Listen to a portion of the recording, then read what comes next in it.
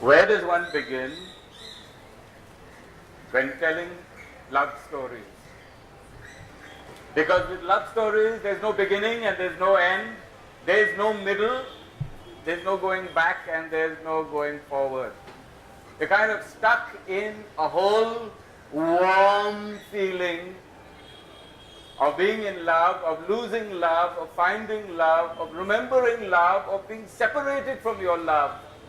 Incidentally, most of the greatest love stories in the world are pretty dismal. They are about people who are separated. Most of the Japanese folk love stories are about lovers who meet, who share those moments, and then who separate. There are few stories from that culture that are so-called happy. Anyway, what's happy anyway? Usually people fall in love, and when they fall in love, they either end up getting married, or they are in love because and while they belong to someone else, and so the story goes on. The first story this evening is from good old Louisiana, and it's an old Black American story from the cotton picking times. It's a light-hearted one. It's all about a monkey who falls in love with a beautiful human girl. Now most of us men are monkeys anyway, because we hardly can get it right, We either we overdo it, or we underdo it, or we don't do it at all.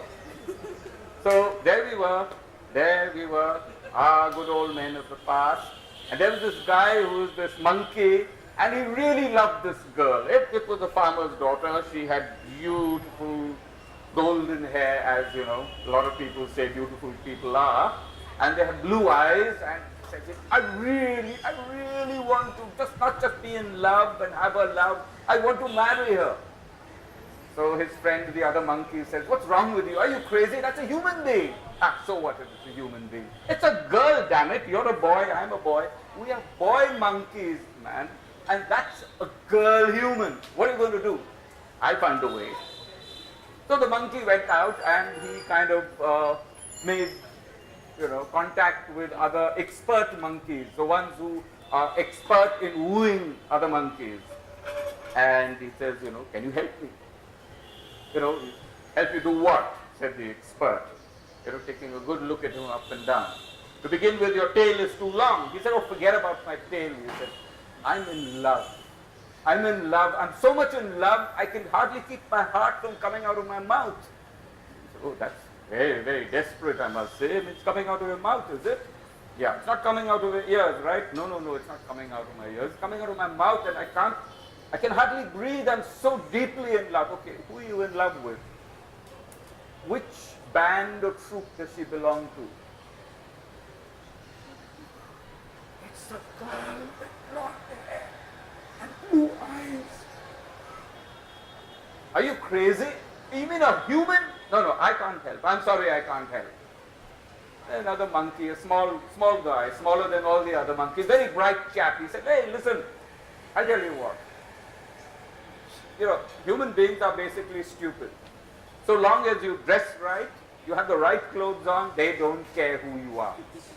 Is it? He said, yeah, absolutely. You just look good, you smell good, you're all fine, and you go along there and you sweep her off her feet.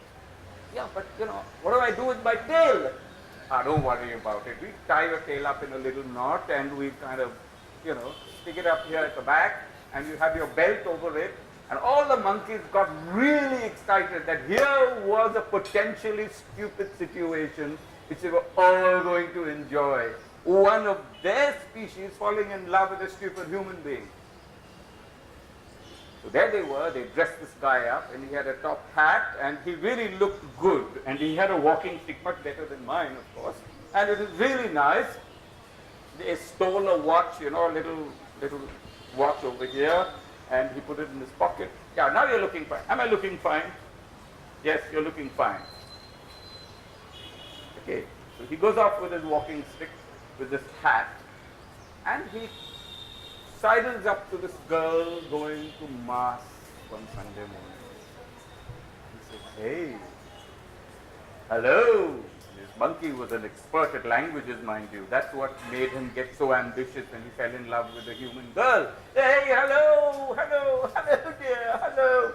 He said, oh, hello. That's a nice hat you've got on. Oh, well, yes. And a nice waistcoat. Oh, yes, of course. And lovely trousers. Yes, of course, he said. And he kept on prancing around. You know, monkeys, at the drop of a hat, they go jumping around and dancing around and swirling around. And he had to control himself. Are you a dancer? She said. No, no, I'm not a dancer. I haven't seen you in town. No, I'm a bit of a recluse. A recluse? But you look at a very sociable gentleman. Shall we have a cup of tea somewhere? So she took him to her club. And the people at the club looked at him very strangely. Who's this? He looks rather strange. He seems to be almost simian in mannerism. No, no, no, he's not simian. Look at him, he's very strange, and so they serve the monkey tea, and he drinks. Of course, he slurps, and she drinks. And she finds his slurp of tea most endearing. In fact, she falls in love with his slurp, the way he slurps the tea. She said, just imagine if I had to invite him home and he's drinking soup and he slurps the soup. Oh, that will be even more exciting, she said. She was a little crazy, this woman. So she says, oh, would you come over to my house one day? When, my parents are going on a long journey and I have the house to myself, we can sit in our balcony and, there would be lemonade, there would be this and that and that and that all evening, and then we'd have a delightful dinner. Oh, I'd be delighted. I'll be delighted.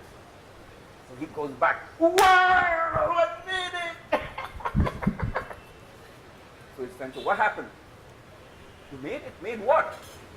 She invited me home. One tea and I'm home. Yippee! Next, the ring. Next, little babies. Oh, shut up. Stop being stupid, is it?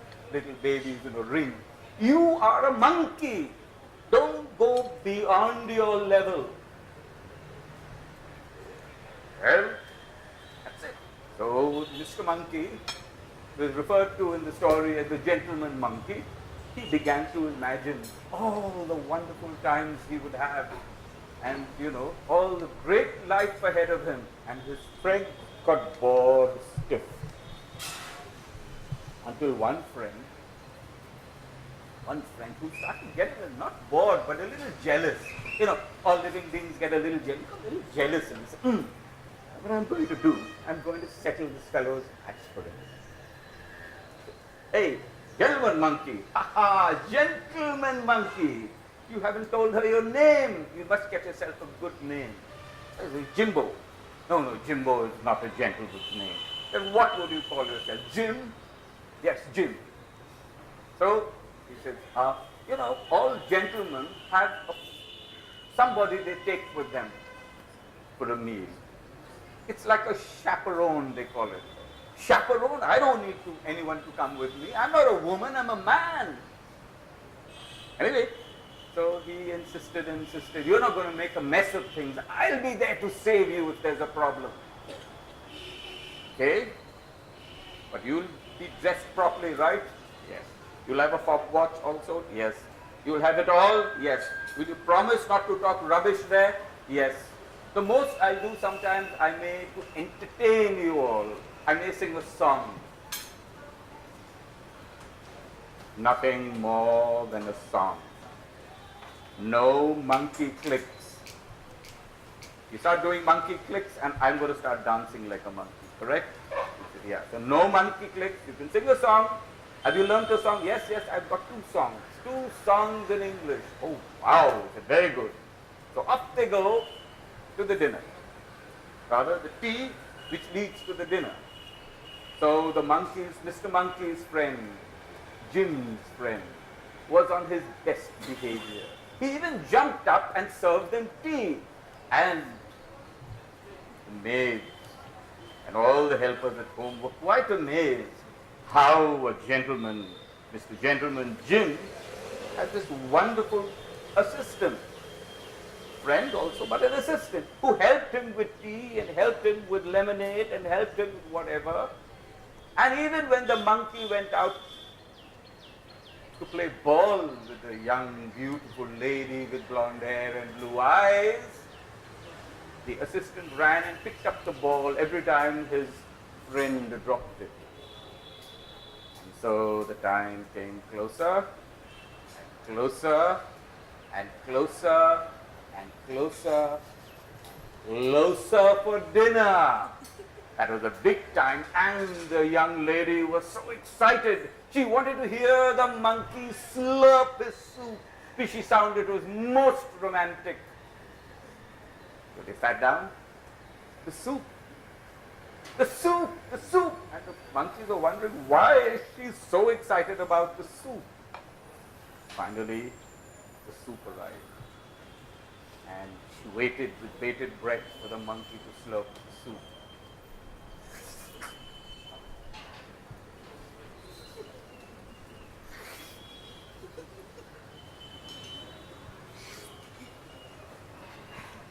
The monkey is getting very excited over this guy slurping his soup.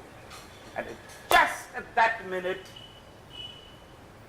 the friend became jealous. You know, like really, really jealous. He had a green eye monster in his gut. That means he was really out to really finish off this guy and spoil his reputation. So he began to do, what did he begin to do? The monkey. Come on everyone, what did he do? Okay, come on, click like the monkey clicks. Go, 1, 2, 3, click, click, click, click, click, click, click, click. And the monkey started jumping around and he's kicking his legs and he was swooping around and he was running around and he was swirling around like all monkeys do. And as he was doing that, his moustache fell off, his little beard fell off, his watch fell into the soup, his jacket, look, which was all tied up at the back, it all opened up, and his pants fell off. And there was his tail wiggling in the air. And the monkey was so carried away with click, click, click, click, click, click, click, click. Onto the table he went and he danced for her. Click, click, clickety, click, click, click. You can imagine, here was a maid who had blonde hair, blue eyes, who was waiting for him to slurp his soup. And she was getting so excited. He was a monkey. Oh, help! She said like a real lady. I'm going to faint. And she slowly disappeared under the table.